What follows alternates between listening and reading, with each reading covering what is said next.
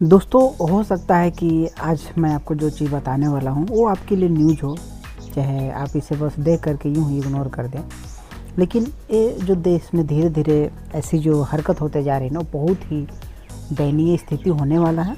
और वाक़ई में ऐसा जो कुकर्म किया जा रहा है ना, वो बहुत ही देश के लिए हानिकारक है, हिंदुत्व के लिए हानिकारक है। तो नागपुर का घटना हो सकता है कि आप सुने होंगे, चाहे नहीं भी सुने होंगे। तो मैं आपको बता देना चाहता हूँ कि नागपुर में एक एयरफोर्स की वाइफ थी जो प्रॉपर्टी डीलर का काम करती थी। कुछ मुस्लिम युवक थे, उसके नज़र पर वो आ गई। वो भी जो मुस्लिम युवक थे वो भी प्रॉपर्टी का बहाना करके उस महिला के साथ थोड़ा सा नज़दीकी बढ़ाने लग गए। फिर अचानक एक दिन उसे अपने घर बुलाया गया प्रॉपर्टी की बात करने के लिए। फिर उस गन्ने के जूस में कुछ मिला करके पिलाया गया। इसके बाद उस महिला को ज़बरदस्ती पकड़ करके उसे कलमा पढ़ाने के बाद काला जादू करके, तांत्रिक विद्या का प्रयोग करके, काला जादू करके उसे धर्म परिवर्तन कराया गया, उसे गौ मांस खिलाया गया। और जब वो बेहोश हो गई तो उसके साथ दुष्कर्म किया गया। फिर जैसे ही पुलिस ने संज्ञान में लिया तो उसमें से 2 युवक को गिरफ्तार कर लिया गया, लेकिन एक युवक अभी भी फरार है। लेकिन बात यहाँ तक खत्म नहीं होती है। चलिए मान लेते हैं उन युवकों को गिरफ्तार कर लिया, जेल भेज दिया गया, लेकिन होगा क्या? कपिल सिब्बल जैसे नेता, कपिल सिब्बल जैसे वकील और भी बहुत सारे ऐसे वकील हैं जो हिंदू होने के बावजूद भी ऐसे ऐसे लोगों का केस लड़ेंगे।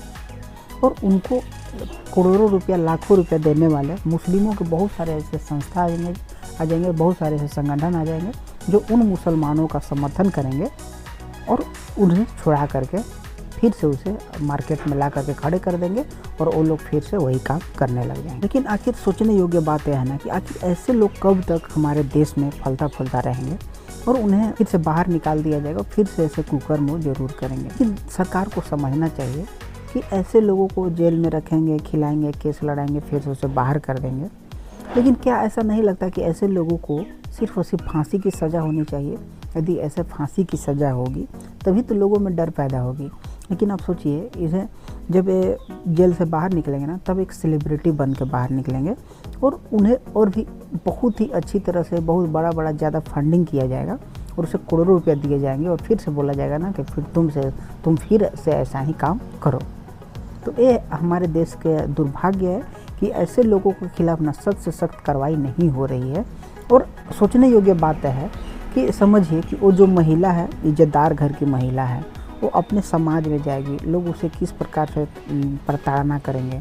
लोग तो यही कहेंगे ना कि तुम तो गलती की, तो उस महिला का समाज ताना मारेगा।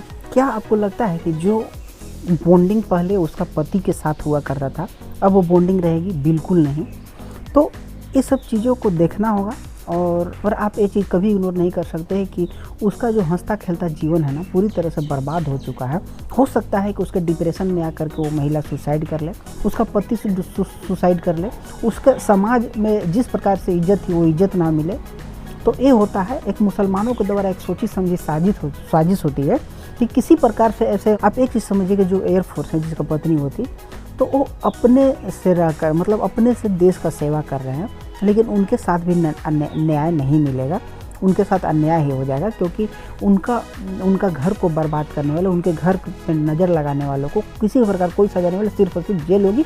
वो लोग हो सकता है कुछ दिन में ज़रूर से ज़रूर बाहर आएंगे, क्योंकि उनको बचाने के लिए ऐसे बहुत सारे वकील देश में हैं जो खड़े रहेंगे और देखिएगा कि ऐसा होगा। तो इस प्रकार से यदि सिचुएशन आए ना, कभी भी सिर्फ और सिर्फ उन्हें फांसी होनी चाहिए। यही सबसे बड़ा न्याय संगत जो न्याय है ना, यही होना चाहिए।